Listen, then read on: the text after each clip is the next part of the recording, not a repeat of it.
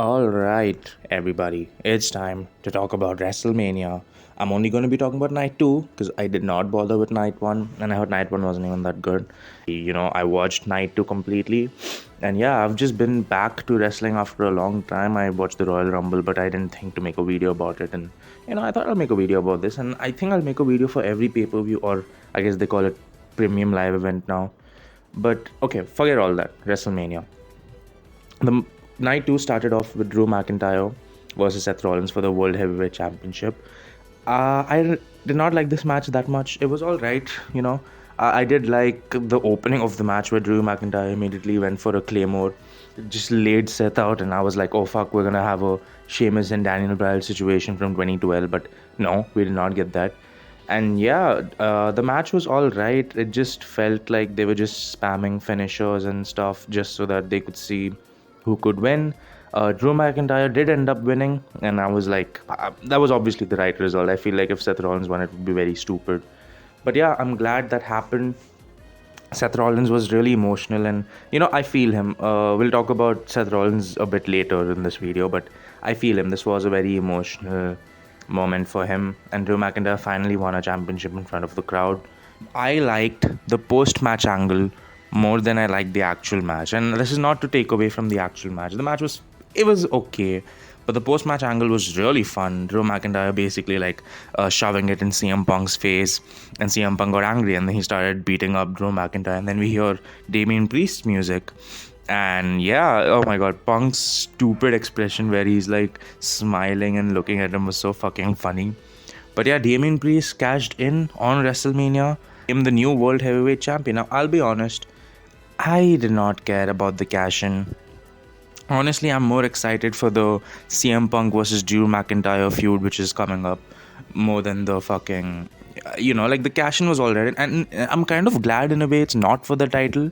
So now, actual people will get opportunities to fight for the World Heavyweight Championship while Drew and Punk can, duke it out. So I'm glad it wasn't for the title. And I think it was a good decision. I think many people just don't care about Damien Priest no more. So I think putting the title on him will actually, make him like a big force again. So that was nice. And then the second match was the Pride versus the Final Testament. I was not into this match. Listen, I came home tired and I was like, I have to watch WrestleMania because it happens one day after for me, right? So I watched night 2 on Monday basically, and I was tired, dog, and I was like half asleep. And this match came on. Snoop Dogg was okay on commentary, but this was not fun. It was nice to see Bubba Ray Dudley. Bubba Ray Dudley as a special guest referee. I don't know why they didn't get Devon, but okay, sure. And yeah, it was just there. I really did not care about this at all. There was a few cool moments. They botched a table spot where the table broke early. It's all right. They did it again properly. Montez Ford with his amazing frog splash. But yeah, this was just another match. It was just, I did not care about this match. I don't know. One thing I did notice was the crowd was very not so loud. I don't know if that's the case. Maybe they just reduce the crowd volume because they want to hear the competitors. But I don't know. It seemed like the crowd wasn't into this. It seemed like I wasn't into this. The Pride one, Snoop Dogg celebrated with them later, and I was just like, I do not care about this, right? Boring. I do not like it. Moving on to the next match, LA Knight versus AJ Styles. LA Knight gets the biggest pops, dude. He is somehow still managed to stay this over with the crowd, and I'm just like, damn, okay. AJ Styles had a new theme song, and then we couldn't really hear much of it because he just ran to the ring, and I was like, okay. This match was actually fun. It wasn't as good, and if you've seen some of the AJ Styles matches, oh boy, this was a good LA. I think it was funny because I think Wrestle Talk or someone said it's gonna be a good LA Knight match, but a bad AJ Styles match, and that's basically what it was, right? AJ Styles was just doing whatever. LA Knight has incredible athleticism. I think you guys know what I'm talking about. That one spot in the match where he lifted him and just fucking, I don't even know what it was called, but he flipped him all over in the middle of the ring. That was incredible, right? I love that shit. This match actually impressed me way more than I thought it would, because I was not interested in this. But then again, it was decent. Nothing much to talk about. I wasn't like, oh, this is the best. None of that. And yeah, LA Knight won, which obviously is the right call. Imagine if he lost. But yeah, it was the right call, right? Next was the United States Championship match. Now, this match I really liked. Not because it was like good. It was not like, oh, the best wrestling. And it was not like, it was not on par with some of the other Logan Paul matches. It was like, all right. It wasn't like crazy spot. He was not jumping off everything.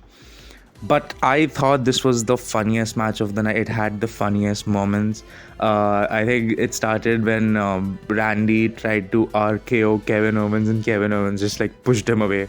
And the crowd was like, oh, you fucked up. And Randy was just, it was great. This was a funny match. There was a lot of funny stuff.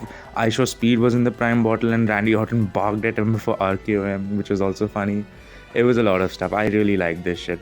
As for the match itself, there were some really good spots. I think Randy had some great moves. There were some of great, oh my god, the RKO has to be like one of the best moves ever, right? Because he gave a few RKOs and they all sold it so beautifully. It looked good. Randy kind of couldn't sell a stunner properly, but it's all right. But yeah, this was a great match. I loved it. Right, it was great. I enjoyed it a lot. Logan Paul's one, which I feel like it could have been Kevin Owens, but I see why they kept it on Logan, right? Right decision business wise. Like I said, it's all about money for WWE, so they're obviously going to go with the business decisions. I like that. Now, Bayley versus Io Sky. Okay, I will tell you this. Bayley versus Io Sky was actually the second best match on the night for me. It started off a bit slow, and then it got really good. Like, I was not okay, so this was around the time where I just fell asleep. I was just like, okay, I'm too tired, I'll just continue watching later on Monday. And then I continued watching like from the start, and this started off slow, right? It was like a bit more, a bit there, and then it went really good. And I really like this match. For me, I was like, oh my god, women wrestling has come a long way, because holy shit, it was incredible. I don't know. I think I just had such low expectations for this match. But like the second half of the match was genuinely amazing. Io Sky was doing so many amazing moves.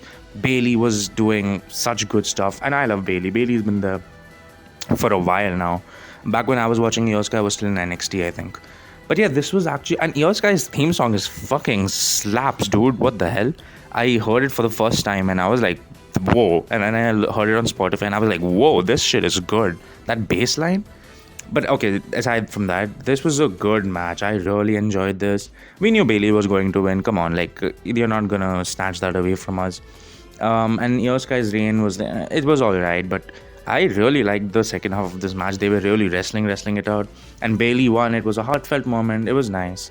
I'm glad Bayley won. But this was definitely, like, this is when I liked that this was the second last match, because it actually brought me back. And I was like, okay, main event time. Because I really enjoyed this match. Like, the second last match was the second favorite match for me. And then we had the main event, which was obviously the best match of the night. Let's be honest. Okay, so first of all, Roman Reigns, let's just bow down to him and let's actually acknowledge him. Because he has done what no one could do in the WWE for the last 10 years. He basically made wrestling fun again. And you could say it's not just him, it's kind of partly to Vince McMahon and it's kind of partly to, Triple H kind of doing that. But Roman Reigns brought that feel to wrestling, which, let's be honest, I never felt when I first started watching, which was like, 2013. I never felt that feel. He brought that feel. His performance, his trash talking, everything about him, incredible. 1,300 days, well deserved, right? And we have to say thank you, Roman, because he really put this company in a place where it was actually fun to be a wrestling fan again. Now, aside from all of that, what an incredible match. Even before the final leg of the match where we had all the cameos, which we'll talk about. But this was a great match, dude. Cody Rhodes versus Roman Reigns, the wrestling was good. Roman's trash talking was good. He was like, I run this company, you little bitch. And the camera picked up on that. It was great. The moves were great. God, it was just a fun match. Like I was so excited. Like I like I logged in. I was like, okay, I gotta pay attention. It was a great match. Even before the bloodline shenanigans, like it was genuinely a fun match, and it was so funny. There were so many moments in this match I loved. I think Roman did a Cody cutter, and then Cody kicked out at 2, and he was like, no one wins with that move. And then he looked at Paul and he was like, I just did that to make him feel bad or something. I thought it was fucking hilarious. God, I'm gonna miss Roman Reigns trash talking in the ring, but it's alright. And yeah, this was a good fucking match, dog. Anyway, we got Jimmy Uso interfering, and we got Jey Uso, and it was alright. Jimmy ran up to Jey, and they both just fell off the stage, and I was just like, okay, I don't know, I don't really care about the Usos like that, especially if you saw the night one match. And then Solo came in, and Solo was like, and this was, dude, Roman, I'm really gonna miss Roman Reigns, because Solo was like, finish his story, get up. And Roman Reigns is out there, he's like slowly getting up, he's like, I know. And he just gets up, and I thought that was funny as fuck as well. And then, yeah, they like speared, spike comboed him, and he still kicked out. And then John Cena came back.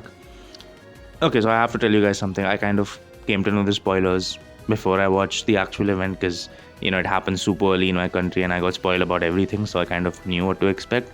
They didn't reduce the excitement for me, but I kind of did get spoilers, so yeah. John Cena came out again. If you remember, the last time John Cena fought was Solo Sikoa. He attitude adjusted him through the announce table. Great stuff.